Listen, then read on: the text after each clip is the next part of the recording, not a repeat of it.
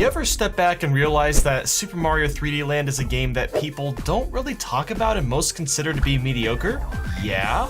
No? Maybe so? Well, regardless, let's get into why Super Mario 3D Land is actually mind-blowing. In 3, 2, 1. Here we go! It's a Mario game. You can't really go wrong.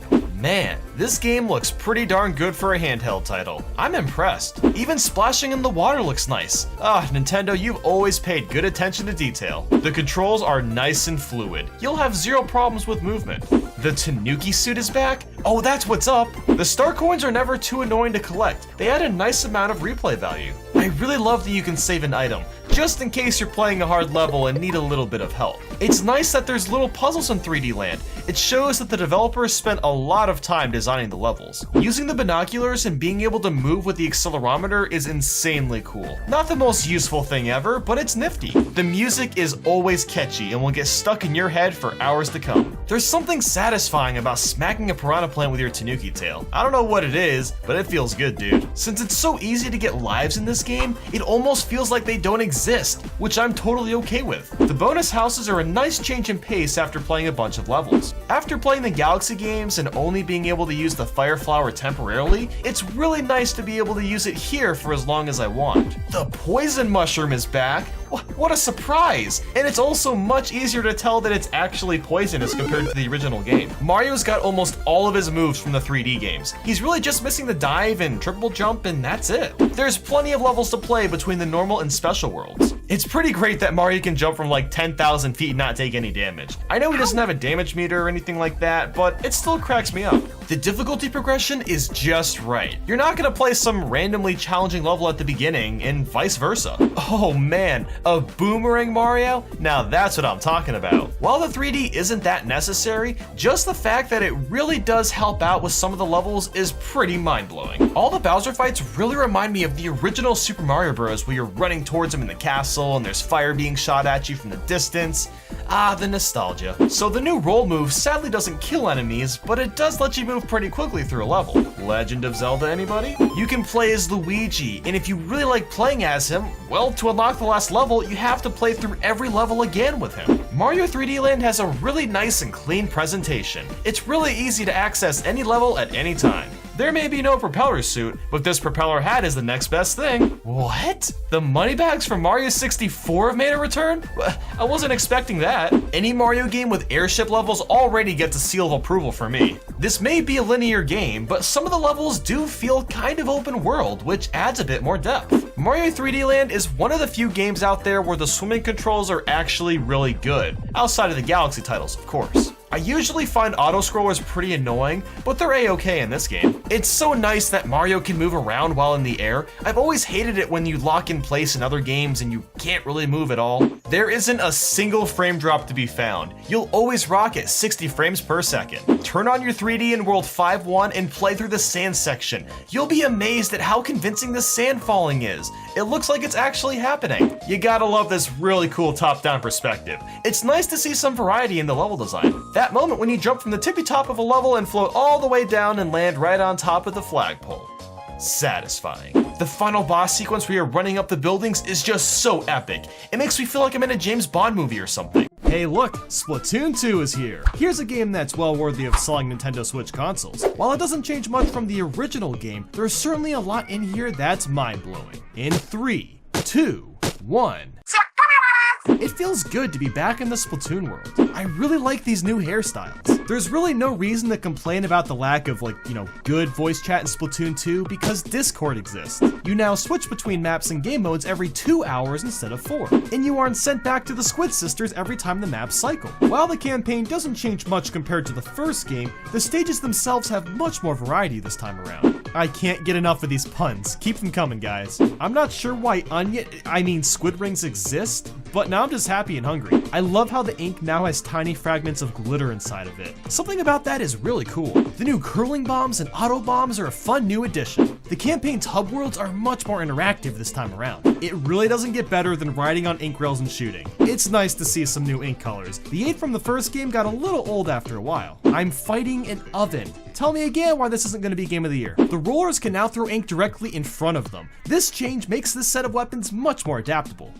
Did you notice that? Why is there so much charm in this game? We can swap out weapons during the campaign. Ah yeah. It's pretty great to see the Miiverse messages returning. The multiplayer options are limited in some ways, but there's always private battles where you can customize everything to your liking. Have I mentioned how fun riding on ink rails is yet? Just when you thought Splatoon 2 had repeated bosses, Octostomp returns but has new forms that actually utilize the Splat dualies perfectly. The new umbrella weapon is hilarious, useful, and fun all at the same time.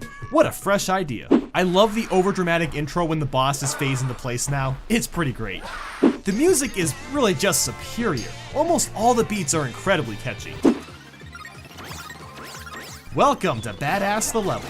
You can use the Rainmaker for the final boss? Hell yeah, man! If you don't want to hear Sheldon talk about weapons for 10 years, you can scrub through dialogue now. Salmon Run is a hit. It's so easy to get addicted to this game mode. The controls feel incredibly spot on. Heck, maybe even a bit better than the first game. It's pretty cool to see maps like Murray Towers and Port Mackerel not only return, but get improved upon dramatically. I never thought I'd be excited to play Port Mackerel, but here we are now. Okay, so the Inkjet is basically the flood pack from Mario Sunshine. That's what I'm talking about. The Ink Armor is a much better and more fair version of the Bubbler from the first game. It's nice to see some of the new specials are more or less improvements over what's come before. With an amiibo, you can now save your loadout so you don't have to constantly scramble with what you like for each different game mode. If you want to level up faster or get more points, you can use a ticket with Krusty Sean and easily do so. Some people have been complaining about the lack of being able to see the map at any time, but you can. You push a button and it pops up right away, and that's pretty awesome. And you know, I think that's kind of faster and better than looking down at another screen to check the map. The drop roller power-up allows you to move right after using a super jump, so getting killed from doing this won't always happen now. Most of the maps are much better balanced in general. With ability chunks, you can apply specific abilities to clothing. No more random nonsense. Well, okay, I mean that still exists, but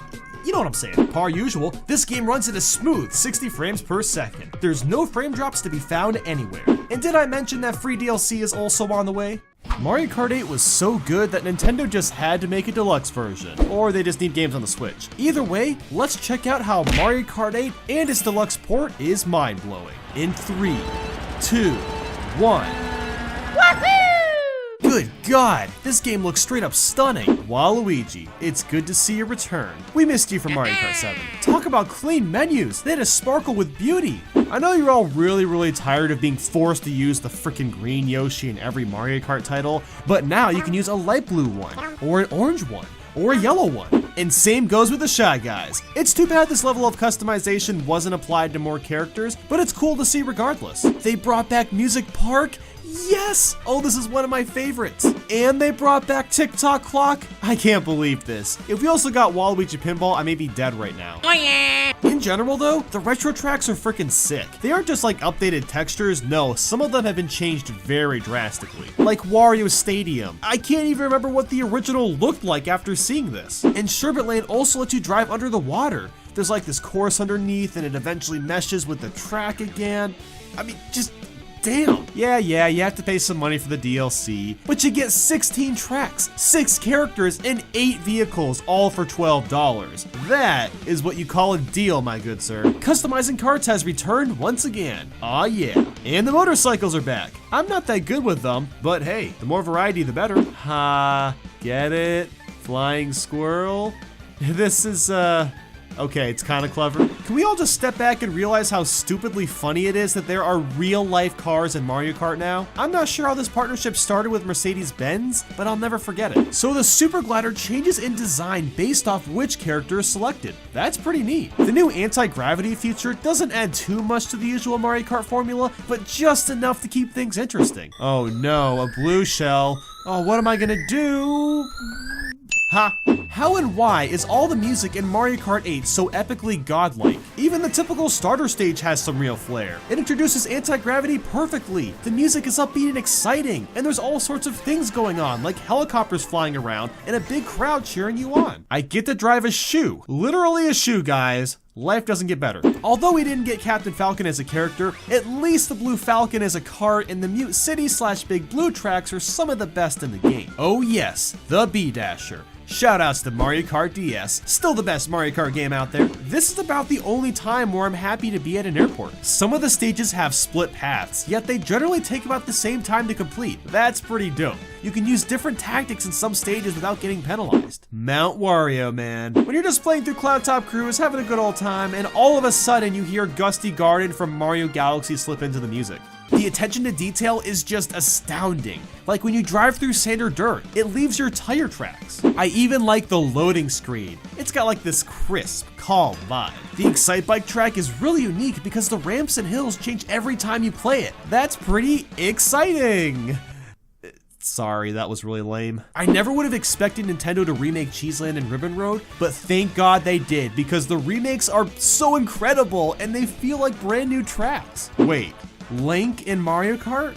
Okay, I'll take that. If you never owned Mario Kart 8 on the Wii U, this game is one of the best values out there. And that's because it comes with all the DLC from the first game. Plus there's new characters like my boy Drybones, the Inklings, King Boo, and Bowser Jr. The load times have gotten a lot faster compared to the original game. Do you like using your Mii character? Well, now you can be swagged out in Splatoon gear. Gone is the awful battle stages from the original game, and now there's 8 actual courses, including 5 whopping game modes. What? The feather is returned? That one obscure item from Super Mario Kart? Okay, that's insane. Wait, the Boo is back as well? Oh my goodness, Nintendo, keep this up. Soon enough, we'll get the fake item box back. On top of online, there's now local wireless play where you can race with those around you, assuming anyone else was able to find a Switch since they're kind of hard to get right now. You no longer have to unlock any other racers. Well, except for Gold Mario, of course. If you really like 200cc, well, now there's time trials for it. You sick, crazy people. At least Smart Steering exists to help with those tracks. Just don't tell anybody you use it, okay? And for the lols, there's also Auto Accelerate. So if you're really lazy, just turn on both these settings and watch your character go. Don't even have to play the game anymore. It's great. Do you miss Double Dash? Mario Kart 8 Deluxe brings a slice of that game back with the inclusion of double item boxes. And you thought 2 drifts were cool? Well, now there's 3. Say hello to Purple Sparks. Why they're purple? I don't know. Playing online is perfect. You can set up tournaments, pick between 3 tracks or a random track for each turn, and new to this port, you can swap out your character and kart between races. Bob on Blast was my favorite mode in Double Dash, and seeing it return in this game is a nostalgia trip. The best part about Renegade Roundup is that I can finally put Pink Gold Peach where she belongs, in jail and locked up. So the music for Luigi's Mansion actually comes from the Luigi's Mansion track from Mario Kart DS, and I absolutely love it. Urchin Underpass is such a special stage because the music comes directly from Splatoon. Plus the sound effects when getting an item is the same as getting a roll in that game. So much care was put into this track. It is about time we get a good, no, great Sonic game, guys. Sonic Mania is something special that deserves tons of recognition for its supreme quality. So today, I want to talk about why Sonic Mania is mind-blowing. In 3, 2, 1. Okay, Sonic Mania, you're already perfect. Oh man, like just look at this, dude. It's beautiful. If you really want to go old school, there's 2 different CRT options available. Jesus Christ, the nostalgia. I can't stop smiling. The first stage you'll play is a combination of acts 1 and 2 from Sonic 1. That's pretty darn neat. Even losing rings has gotten a lot cooler. Some of them will fly in front of the screen briefly. Oh yeah, the blue spear levels are back, baby. The elemental shields have finally returned. What? Okay. I mean, look, it does make sense that the wood catches on fire. That just caught me off guard. It's so nice to play special stages that are actually playable and fun at the same time. Most of the bosses are brand new to this game. I sure missed whacking around the pole. It feels good to do that again. You know what's so nice about this game? It actually feels complete. There's so many games nowadays that don't feel finished, but this one does. This new jelly stuff is so sick, man. What the hell is happening? Why are we playing Dr. Robotnik's Mean Bean Machine all of a sudden?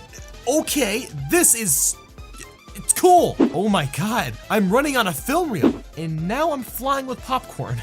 This is way cooler than it should be. I love how the new stages feel like lost stages from the old games. That's how you know they were designed well. After several years, we can finally play as Tails and Knuckles again in their true forms. even cooler, some of the Knuckles stages are exclusive to him and are built around his gliding and wall climbing abilities. There's so many small, subtle animations Sonic has that makes this game feel so special. When you get the Super Shoes, this really cool shadow outline follows from behind, kind of like what Sonic Rush did. This weather-themed boss is so clever. You want to talk about a banging soundtrack?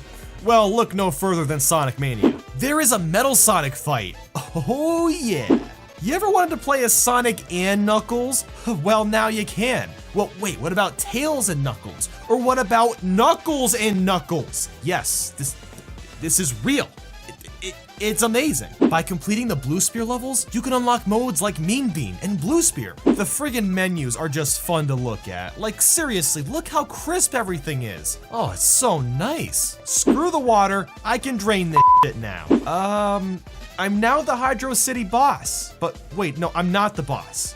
Okay, you know, I feel like a boss. Holy crap. Aw, I'm Little Sonic now. Why does he have to look so cute? Did you know Sonic Mania only costs 20 bucks? Yeah, that's it, $20. So this blue box here, it basically clumps all your rings together. So that way, it's a little easier to keep all your rings if you get hit. As if the game wasn't detailed enough, you can even play this game using the Sonic CD control scheme or 3 and Knuckles control scheme. It's completely unnecessary, but man, it's so thoughtful. And hey, there's even a debug mode. There's no real use for it except grinding out the Blue Spear levels, but it's a thing. The levels are fun to play even after several playthroughs. They don't get old. I really love seeing your character behind the lighted glass. It's a neat aesthetic. Getting the Chaos Emeralds is no longer a pain to do. You can simply replay your favorite stage over and over again and continuously try to get the emeralds. There's not much of a story, and thank God, because Sonic doesn't do well with lots of story. Sonic Mania is basically a love child that came from a foursome of Sonic 1,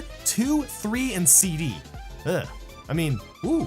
This is the image you get when you beat the game with Knuckles and Knuckles. Like, look, if this didn't convince you to buy Sonic Mania, then you have no soul. I gotta say, Nintendo has really turned themselves around, and fast. 2016 was looking like the end, but now we've got the Nintendo Switch. I know people have been praising this system a lot since its launch, but I just want to gush about why the Nintendo Switch is mind-blowing. In 3, 2, 1. It's a really great portable system. No, it's a great home console. Oh yeah, it's a hybrid and a brilliant one at that. The marketing is on point. Long gone are the kids in the commercials from the Wii U days. Now we've got teens and young adults. Nintendo finally learned that the kids mostly play FNAF, Minecraft, and Call of Duty. They're targeting the right audience. This system is hot. I mean, just look at that clean, smooth design. It just feels so good to hold. And I'm still mind blown that this little device can play games like Breath of the Wild. Speaking of games, the library is already amazing. We've got Legend of Zelda Breath of the Wild, Mario Kart 8 Deluxe, ARMS, Splatoon 2, Sonic Mania, Mario and Rabbids, and that doesn't include what's coming up like Super Mario Odyssey, Metroid Prime 4, a new Yoshi and Kirby game, Sonic Forces, Xenoblade 2, and a full-fledged Pokemon. Holy crap! And the indie games are extremely stellar too. Long gone is that shovelware crap from the Wii U era. Now we've got stuff like Mighty Gunvolt Burst, Shovel Knight, Flip Wars, Overcooked Special Edition, Cave Story Plus, Shantae Half Genie Hero, and the list goes on and on. There are still crap games out there like 1-2 Switch, but they clearly aren't Nintendo's focus anymore, and thank God. The Joy-Cons are so cool. While a bit small, you've got your buttons and joysticks, plus the accelerometer, gyroscope, NFC reader, and a motion IR camera. And there's even little itty-bitty buttons on the side. The technology is simply astounding. And the battery life is 20 hours, which is pretty darn good for controllers with all that stuff inside of it. HD Rumble might be the stupidest name I've ever heard of, but it actually works. The Rumble actually feels different compared to anything else out there. The Pro Controller is one of the best controllers Nintendo has ever made. It just feels great in your hands, like, oh my god, it's so meaty. And you charge the Pro Controller with USB-C? What, Nintendo dropped the proprietary bullcrap? Thank you, thank you, thank you, thank you. The tablet is pretty light, making it really easy to hold and play games for several hours without straining your wrists. Playing online is for free. Well, for now it is. Whether or not the Nintendo Online service will be worth paying for when it comes out is still a mystery. The menus are nice and clean looking. It's really easy to navigate. You can take snapshots at any moment while playing a game and upload them to your Facebook and Twitter. It's so strange seeing Nintendo be so modern. While there's only 32 gigabytes of storage, you can add a mini SD card up to 2 terabytes if you need it. I love the game cards. Oh my gosh, they're so tiny and adorable. Just don't put them in your mouth. I mean, I think you already knew that, but just in case anyone forgot. The screen's resolution may only be in 720p, but it's still HD and the games look great. Skyrim on the Switch. Skyrim on a Nintendo console. I can't believe that's actually a real thing. While there isn't an Ethernet port on the dock, you still can connect one via USB, and thank God. I was worried that a wired connection wouldn't be available for the Switch at first. The dock kind of has cable management since there's a door to hide all the cables. That's kind of hilarious. The Switch box looks so good. I mean, you just hold the thing in your hands and you're just like, yeah, I like this. The average charge for the Switch is about 3 to 6 hours, which is honestly not half bad considering the types of games being run. Miis are still a thing on the Switch, and I don't even mind. They're a really nice and easy way to set up avatars for every user. Oh, and also the tablet is touchscreen. Strangely, Nintendo never really brings this up, but it's really nice since you aren't always forced to use a controller to navigate menus and whatnot. It's so much fun just sliding on and off the Joy-Cons. I could do that all day long. This console is region free, so if you want to download that Japanese exclusive game, now you can with an alternate account. No more super expensive importing. I've left the Switch on for hours at a time and it has never overheated on me. I've heard some people have had problems with this and it caused their Switch to bend, but that isn't a common occurrence. Like, just dude, you can play this system anywhere you want. Like on your bed, or sitting on a couch, or in the bathroom, or while driving, or in a public bathroom, or in a forest, or on the porch, or at a bus stop, or in the backseat of a car. Literally anywhere. Pokken Tournament DX was provided and sent to me by Nintendo. The original was surprisingly good, but not a lot of people played it because it was on the Wii U. Well, it started in the arcades, I guess, but I digress. Anyway, let's find out why Pokken Tournament DX is mind-blowing. In 3, 2, 1. Pokken's hyper-realistic art style is pretty cool to look at. Never have we seen Pokemon look anything like this. Well, I guess fan art might have looked like, you know what, that doesn't count. Speaking of Pokemon, there's 5 more fighters than the Wii U version. 4 of these Pokemon come from the arcade, including, oh, how do I say this, Croagunk? It's Croagunk. There was also Empoleon, Darkroy, and Caesar. And brand new to Pokken is Decidueye. Every character plays quite differently from one another, making the gameplay complex because you have to learn all the Pokemon's movesets to do well. Well, I guess Pikachu, Libre, and Shadow Mewtwo are kind of clone characters, but at least they look dank. The music in Magikarp Festival is so epic. It's really strange to call anything related to Magikarp epic. Oh great, who is this Nia girl that won't stop talking to me? I mean, I get it, she's supposed to help out the beginner players, but she will not shut up. At first, this triggered me until I learned you could mute her. So now that's mind-blowing. And strangely enough, we can dress up Nia. I guess that's cool, right? Oh sweet, I get to be an anime character and customize it. That's what's up, man. Seeing Pikachu look so pissed off just cracks me up for some reason. Gengar's synergy attack is the greatest thing ever. He straight up turns into the size of the stage and freaking eats you. I really love the sheer variety of support Pokemon. You've got starters, to legendaries, to evolutions, to Magikarp. Man, this game really loves Magikarp. Each character can earn experience points and level up different skills, which encourages you to try getting good with all the different Pokemon. There's also daily challenges where you have to battle with a different Pokemon every time. It helps keep things fresh. Shadow Mewtwo's synergy attack. He flies into space and throws a black hole into the earth. Holy crap. The 3v3 battles are really cool because once one of your Pokemon faints, you swap to the next one. Now, if only we could get a mode like this in Smash Bros. I like this lava stage. It looks really cool. It's also really cool that Suicune is a playable fighter. You wouldn't think a Pokemon like this would make it onto the roster, but we also have a Chandelier, so really anything is possible.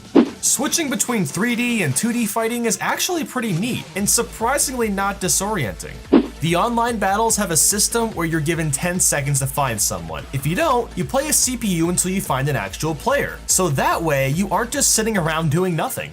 Some of the comments you can show with your avatar are pretty hilarious, like this one, "Show me your moves." Don't think I didn't catch that Captain Falcon reference. Nice try. And And there's some weird comments like, I love the mountains. Well, guess what I love? Tilt controls, baby!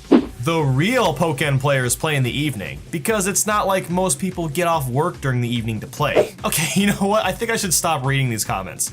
All in all, this is the perfect game for competitive play, so if that's your kind of thing, you'll really dig this. I still remember the day when Mario 64 DS was revealed. Ah, good times. This game got me so hyped as a kid because I couldn't believe a giant game like that could fit into a tiny handheld, the DS. So today, I have to talk about why Super Mario 64 DS is mind-blowing. In 3, 2, 1. Let's go! Playing with Mario's face has evolved to the next level. Now you can draw Mario or Yoshi's head with the stylus. Or heck, you can draw anything. When your artwork is finished, you'll watch it get redrawn in a few seconds, and then you can play around with your artwork. As if that wasn't enough, pushing the buttons on your DS can distort, rotate, and stretch your image. To this day, I still have fun messing with this. Mario 64 DS isn't some half-shat port. No, it includes the full game from the original. Plus, there's 30 bonus stars thrown into the mix. Each level has at least one new star to complete, whether that be collecting the 5 silver stars or racing a time switch to get one.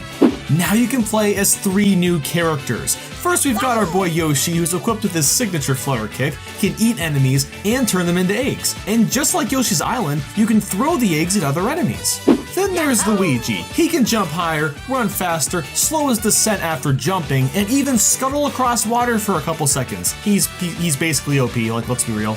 And we can't forget Wario too. He's obviously the strongest of the group, and can destroy black bricks to access stars the others can't. You ever been in a level and felt the need to swap to a different character? Well, by putting on their caps, you can easily do that. Did this kind of inspire the whole cappy thing in Mario Odyssey?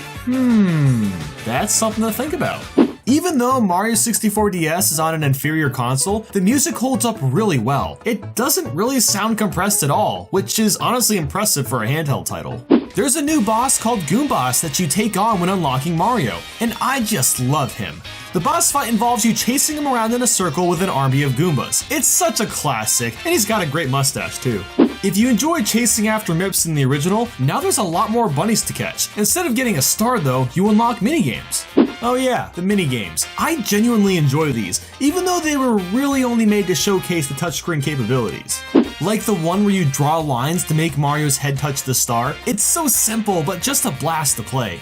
Or what about the Luigi card games? It's a little strange seeing Luigi in a casino, but whatever, I dig it. Or what about that game where you fling the cannonballs into the sky to hit the bob-ombs to save your 4 precious flowers? Or the one where you roll the snowball down a mountain? Like, why is this fun? I don't even know. Or what about that game where you sort the pink and black bob-ombs into specific piles? It might sound boring, but it's my favorite of the bunch. The action gets so intense with the bob-ombs spawn in faster and faster, it's just... I love the minigames, man. Whenever you close your 3DS, Mario says goodbye to you. What a nice guy.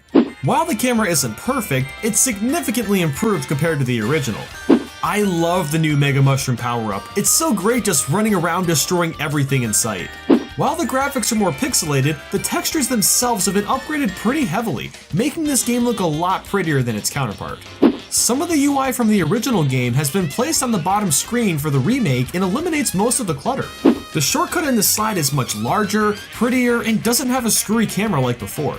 If you don't feel like climbing all the way back up in Cool Cool Mountain or Tall Tall Mountain, well, now there's Hoot to make your trips faster. Also, you get this neat little jingle when flying with Hoot. Wall kicks will work. It's the star where you gotta wall jump and walk across the ice. Well, here's an easy trick. Just do a backflip with Luigi and you can bypass the whole challenge. Like I said, OP. I really love the balloon power-up. Not only is it a great throwback to Super Mario World, but it can be incredibly useful. The bullet bills no longer look derpy. They actually resemble what they're supposed to. The aquarium now looks like a color show with tinted windows. It's quite a spectacle. Traveling across Jolly Roger Bay is much faster now thanks to this shell. It's so much nicer than swimming the whole way. It's neat how all the new levels in the game feel like they belonged in the original. That's how you know the game has great level design. The King Boo fight to unlock Luigi is pretty ingenious. You use the mirror to track where the Boo is. All the character models have been improved significantly. Like Mario used to just have a slab for a hand, well now you can actually kind of see his fingers, and this is on an inferior console. Landing in this cage used to be annoying, but now there's a much larger platform for you to land on. Wall jumping no longer requires near frame perfect button presses. You can slide down the wall now, allowing you to jump whenever you want. That big hump in Hazy Maze Cave is no longer a big hump. Thank God, because getting on that thing was really annoying. If you aren't sure where the red coins are, well, you can talk to a Bob-omb now and get a quick glimpse. The igloo section has been completely revamped. It's no longer hard to see or navigate where you're going. I'm really glad there's an actual walkway to the star now. I no longer have to push some button to make it or just take a crazy jump at it. Remember that walkway to get the red coins in Tiny Huge Island? Well, it's no longer as skinny as a stick. As if there wasn't enough content, there's even a local multiplayer mode where you'll battle it out trying to collect the most stars and coins. And you can even access the caps and fly around too. It's so good. It's just so good, okay? Super Mario Odyssey is the big game for the Switch, and the big one for the Wii U is Super Mario 3D World. While it's a pretty fun time, it wasn't something a lot of people saw as supreme or excellent, which I do understand, but today, we're gonna talk about why Super Mario 3D World is mind-blowing. In 3, 2, 1. Oh yeah, Mario time! This game is basically 3D Land, but way better. You can play as Mario, Luigi, Peach, Toad, and Rosalina. Mario is balanced as you'd expect, Luigi has this really high jump, Peach can float in the air, Toad runs really fast, and Rosalina has this cool spin attack. The variety in each character's movesets makes for a different playing experience for every level. The cat suit. This is one of the coolest Mario power-ups ever. I mean, you literally turn into an adorable cat, and you can even climb up walls and destroy enemies with a swipe. It doesn't get better than that. I really love this Mario Kart themed level. They even threw in the classic Super Mario Kart music. It makes me wish they had like a Rainbow Road style level like this one. Holy crap, the controls are like perfect. Moving feels so fluid, especially when you have the cat suit on too. You ever had that thought in your life where you just wanted to grab a piranha plant and then make it eat everything in front of you? Yeah, I didn't know that I wanted that either, but turns out I did. Or have you ever dreamed of becoming a Goomba? Because that's possible in this game, and it's kind of pointless, but who cares? You're a freaking Goomba. I didn't know what to think of the clear pipes at first, but I honestly kind of love them. It's pretty cool seeing Mario inside and being able to navigate through them too. The difficulty is a bit on the easy side, but it definitely kicks in for the later levels. Collecting the green stars is pretty fun. Some of them are hidden in really clever spots. They even brought back the Mega Mushroom. If you enjoyed it in New Super Mario Bros., you'll like it in this game too. Wow, there's only one big gimmick level where you have to use the touchscreen and microphone, and it's actually not that bad. When you have stars, you do the most magnificent flips. I mean, just look at them. The Captain Toad levels were so good that there's a whole spin-off game devoted to more of those levels. And finally, there's some new bosses. After years of just getting the Koopalings over and over again, we get some fresh faces. Mario 3D World is gorgeous. I mean, look at these bricks. They're so shiny and beautiful. Hidden throughout the game are these 8-bit Luigis. There's no reason for it, they just kind of exist, but it's cool. The Mystery House stages can get so intense, especially the last one. Like, you can't make a single mistake for several minutes. It's just so satisfying when you complete them. They call it the double cherry, but you could go to a triple cherry, or even quadruple. And surprisingly, controlling a bunch of clones is really simple and honestly a blast. Seeing Bowser pimp out in that car just cracks me up, honestly. Anyone else try to beat this whole level without using pipes, or is that just me? It makes me feel rebellious, I guess, I don't know. The multiplayer can be a blast if you're playing with people that are good at the game. The Plessy levels are so much fun. It's too bad there's not more of them. Ice skating in a giant boot is so goofy looking, but so great, especially since everything you touch basically dies. You're just a big giant death boot thing. If you really like collecting stickers, well, now you can find one in each level and add those to your Miiverse posts. Well, that is if Miiverse is still around by the time you watch this. Good God, the rain effect is awesome. There's drizzle on your screen and your character looks drenched. I don't know why Sprawling Savannah looks so breathtaking, but it really does. I guess the open world-like section really makes it stand out among the others. Sometimes it's nice to just mindlessly collect a bajillion coins. The bullies from Mario 64 are back. It's pretty random to see them return out of nowhere, but hey, I appreciate it. Aw, there's cute little crabs in this level that hide in the sand when you get close. I really love that level where you climb up the tower, collect all those orange key pieces, and then have to rush back down to avoid dying. Something about this level is just really special. It's got that fun, frantic feel. Hey look, there's the Comet Observatory. That's a cool little Easter egg. Oh wow, the goal pole is really close to us. Okay. Whoa, what? It's running away from me? That's brilliant. So this level is kind of like a 2D shooter in a strange way, and it's a clever idea to be honest. The soundtrack is pretty phenomenal, especially the Histocrat boss stage. This theme has been stuck in my head for hours and hours before. Cat Bowser. It's about time Bowser wisens up and uses the power-ups, and it makes for an incredibly epic final boss. It's finally here! After months of anticipation, Super Mario Odyssey has released, and my goodness is there a lot to love about this game. There will be major spoilers, but you've probably seen them all by now. But anyway, let's find out why Super Mario Odyssey is mind-blowing. In 3, 2, 1... Super Mario Odyssey! 3D Mario is back, and no, Mario 3D World didn't count. This is a true open world Mario game, and it's improved platforming so much. The biggest change being Cappy, of course. Gone are the traditional power-ups, and now you can possess other enemies. That's pretty dark if you think about it, but insanely intuitive and fun. The first thing you turn into is a frog, but then Odyssey ups the ante, and next thing you know you're a T-Rex. Okay, this game is awesome, holy shit. And somehow I like playing as a Goomba. As simple of an enemy as he is, the ability to not slide on ice and stack up other Goombas makes for some fun platforming and puzzles. I'm a tree. I wasn't expecting that one, I'm not gonna lie. Capturing enemies is great because they all have a purpose and alter how you play. This gimmick is just ingenious.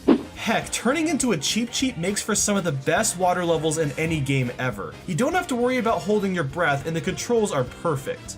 Even fishing with Lekatu is fun. Now, I love fishing in real life, but in a video game, okay, I'm pretty impressed, Nintendo. Mario's moveset is so diverse. You can run around and jump like normal, but now you can roll to build up speed. The dive is returned. You can spin jump, wall jump, long jump, side flip, backflip, crawl, just everything. It's about time Mario has a deep moveset again. And of course, bouncing off your hat for extra jumps is a blast. This game was built for casual players and speedrunners at the same time. There's lots of complex movements to get extra height and distance. Coins actually matter in this game. It's the first time coins have mattered in like a decade. Gone is the live system. Now when you die, you'll lose 10 coins instead. Those same coins are also used to buy costumes and other goodies at the Crazy Cap store. There's even regional coins used to buy exclusive costumes, and each kingdom has a different visual currency. What's great about collecting all these moons is that you don't have to do it in any specific order. That's what makes this game so much like Mario 64, where you could do most of the power stars however and whenever you please. This is the only other Mario game like that. I get such a kick out of the dog grabbing my hat and running around with it. It's the small things. Okay, not gonna lie, Mario, you're looking pretty fabulous. Every Mario game in the future has to have costumes now. Like, I don't think I could go without them. Also, we can confirm that Mario has nipples. So, thanks for that, Nintendo. A lot of people really like the spin jump in Mario Galaxy because it serves as an extra mini jump and allows you to recorrect your movement. Well, in Mario Odyssey, throwing your cap is the same thing, but even better now because you can easily change your direction when throwing your cap. The music definitely isn't the best the Mario series has seen, but the stuff that is good is really, really good. Cascade Kingdom is the greatest example, of course. The checkpoints in this game actually make sense. Since the worlds are a lot larger, you don't have to waste time traveling from one side to the other when you could just warp with a checkpoint instead. The fan service is honestly through the roof. We've got Mario Maker Builder Mario. We got the NES Open Tournament Golf Mario. We got Paint Mario and Donkey Kong Mario and Luigi. I mean, just holy crap. And for those of you wishing Waluigi would be playable in a Mario game, well, you can at least get this Waluigi costume. That counts for something, right? There's no more fall damage, which is actually awesome because you don't get punished for trying out a new tactic. The run button is finally gone, just like the old days. The HD rumble works like a charm. Not only can you feel the light footsteps of Mario, but it's also used to help find power moons in the ground, or even for fishing with Lekatu. It's hard to describe how well it works until you feel it in your hands. The kingdoms are a joy to roam around in. While a lot of them use themes from older games, they found ways to spruce them up. Your general grassy area is now mixed with dinosaurs, the desert kingdom starts off covered in ice, the forest kingdom is mashed together with machinery, and so on. But let's be real, New Donk City is an instant classic. This kingdom is nothing short of pure beauty. There's so much to do. Exploring is fun, there's so much depth in the level, you can ride a scooter, you can jump rope, like it's amazing. The snapshot mode is way better than I would have expected. It's more than just taking a picture. You can completely alter the angle and depth of your image. Plus there's filters.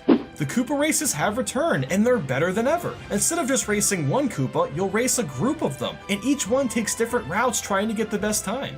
And of course, the Mushroom Kingdom makes an appearance. I can't even describe how happy this makes me. You can unlock the Mario 64 costume, you can drain the water around the castle, you can even go to the backyard via a secret entrance. And then of course, when you step inside the castle, that classic music plays and it just makes me want an HD remake of Mario 64. You may have heard the Jump Up Superstar song on YouTube, but wait till you see how it's applied in this game. It's a goddamn treat.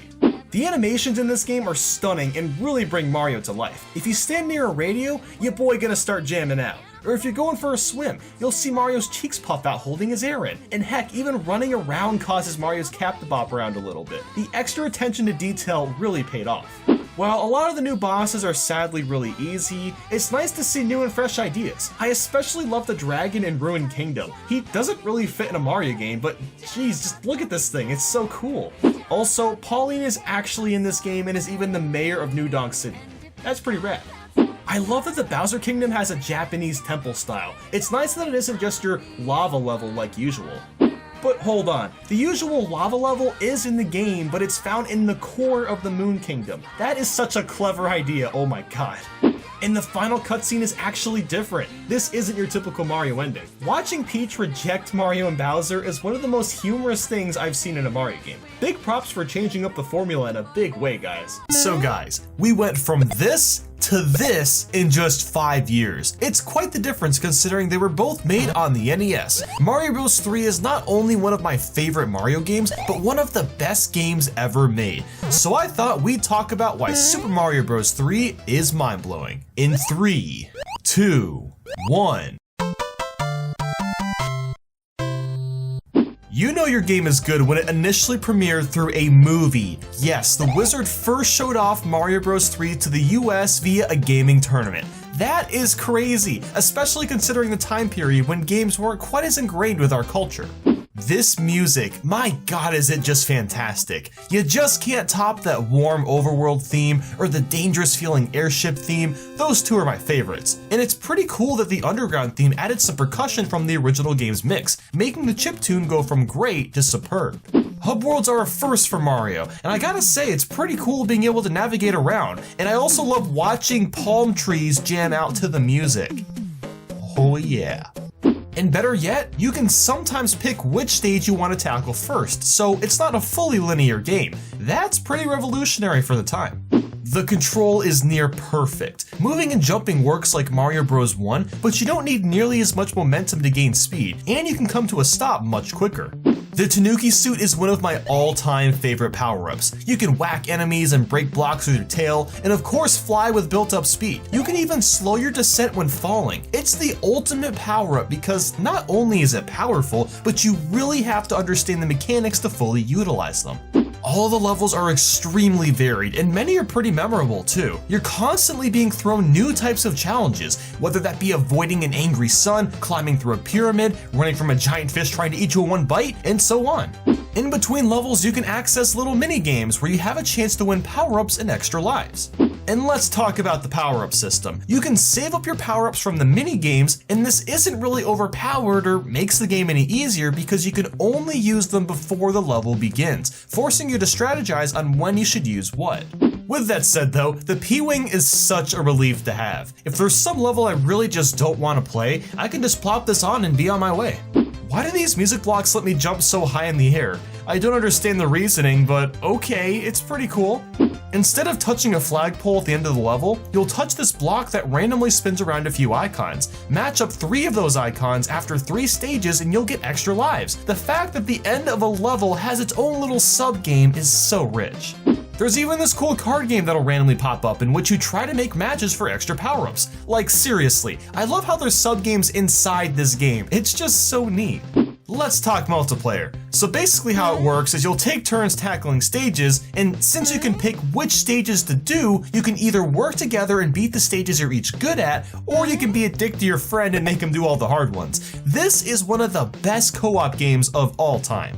You know, the airship stages are just so good. There's cannons and bullet bills all over the place, and they provide a really hectic challenge, and it's just so much fun to play through. And it's never unfair either. You're always given a warning when something dangerous is careening your way. Instead of the castles being empty with just a random toad telling you to go somewhere else, instead you fight a unique Koopaling boss each time, and there's even a king that you have to save. Or, well, transform back to themselves. It's not much of a story, but that little extra touch makes each castle more impactful and gives you something to remember. While the frog suit clearly isn't the greatest power-up of all time, it does make swimming a lot easier and faster. Plus, it's fun to challenge yourself to see if you can beat a whole level without getting hit with the frog suit. Or maybe it's just me that does that. You know what's really fun? Sliding down a hill and smacking around a bunch of Koopas or Goombas. This was the first Mario game to introduce that mechanic, and it's so satisfying. Honestly, can Mario get much better than the giant world? There's just something really charming about seeing all the enemies and blocks supersized. Also, I adore the Goomba shoe. What other game lets you hop around in a giant shoe and you're invulnerable to non-killable enemies? It's just too bad it's only in one level in the entire game. Mario Bros. 3 is all about choice. Do you want to play every single level and discover every secret? You can do that. Or do you just want to blaze through and skip the levels you don't like? Well, you can do that too. Both styles of playing are equally enjoyable, and that's pretty cool. If you don't beat the boss stage on your first try, the ship will actually fly away and you have to chase it down. This can completely change the way you're playing, especially if you've skipped stages.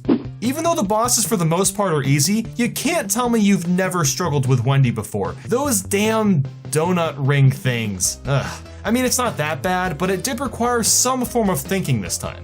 The boos are actually a bit of a threat in this game. Unlike the new Mario games where they'll slowly get close to you, here they just rush in and try to smack you up. While this game doesn't have a save feature, that problem is essentially remedied thanks to the warp whistles. Using these allows you to warp to other worlds in the game. Now, of course, you could just skip to the very end every time if you wanted, but if you get, say, halfway through and wanted to continue another day, you could easily do that with the whistle.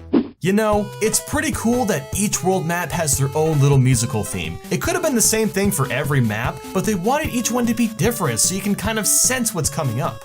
I really love the pipe world because it takes all the elements that you've learned about the game and toughens it up a notch. Most of the levels involve simple puzzles to get through, and they aren't overly complicated, which keeps the pace fast and fresh. The Bowser fight is so cool, and actually inspired Bowser's butt slam in Smash Bros. It's one of the tougher Bowser fights since you have to avoid his flames while standing in certain spots so a butt slam into the lava.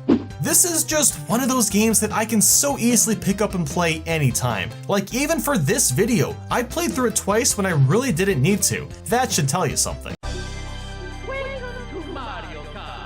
Ah man, hearing that makes me feel all nostalgic. This was the first Mario Kart game I ever played, and I still love it to this date. With that said, let's get into why Mario Kart 64 is mind-blowing.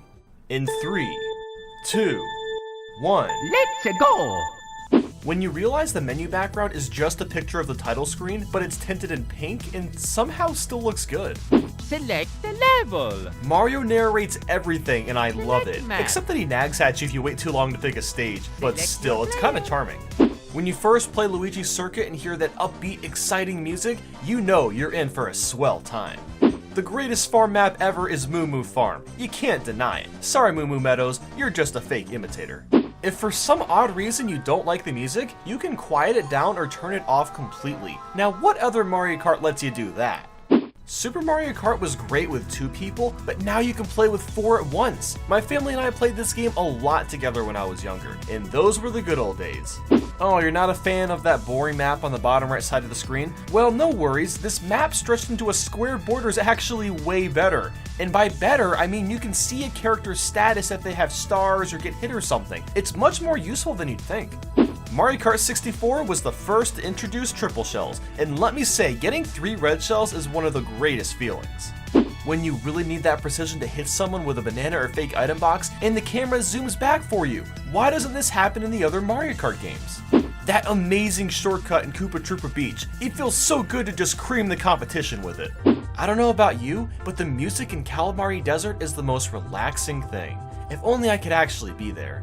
Driving with traffic is kinda neat because it really brings you back to being a kid. Riding a little cart next to real vehicles impacts this feeling since it shows 2 different realities of child and adult, and it's awesome. Well, except in mirror mode. That's just lame. I was never a fan of the Choco Island stages from Super Mario Kart, but man, Choco Mountain is one of my favorites. No more slippery mud sections, you just cruise through the mountains. Honestly, getting flattened is hilarious in this game. You literally get squished so thin that you slowly float down. Mario Kart 64 is so expressive. The words boing pop up when you jump, and then when you take a big fall you see poop. You gotta love how the advertisements in this game are all fake or just Nintendo. There's no Red Bull or Coca-Cola or anything like that. Nintendo didn't sell out. You know a track's gonna be good when it's got Wario's face plastered all over the walls. The Banana Punch is the best in Mario Kart 64 because you get 5 instead of 3, and when you hit someone, it sounds like they're getting hit like pins from a bowling ball. Driving up the Peach's castle is like the coolest thing ever. It really makes me hope that Mario Kart 9 has an open world adventure kind of like Diddy Kong Racing. Bowser's castle feels really intimidating. The turns are really sharp, thwomps move around all over the place making it easy to get squashed, and there's tons of narrow pathways including a bridge with no guardrails. It's some gnarly stuff. People don't give Yoshi Valley enough credit. It's one of the few tracks that has several branching paths and it stands out among the others. Plus, you never know what place you're in, which adds excitement and wonder to how well you're doing. Rainbow Road, man. Now yes, the course is like 20 minutes long, but you just can't top that blissful music. And the light show with all the characters is just icing on the cake. Mario Kart 64 created the greatest battle map of all time, Block 4. It's still the best out of any maps offered in any game. The simplicity of 4 different areas in 3 levels makes for a fantastic time. And Double Deck is pretty sweet too. That one doesn't get nearly enough attention. Oh, and if you're playing with 3 people or more, the person that loses their balloons first turns into a bomb. Yes, a bomb that can go around and try to blow up other players. How freaking cool is that? Why isn't this feature in every other Mario Kart? I feel like I've said that like 5 times, but seriously.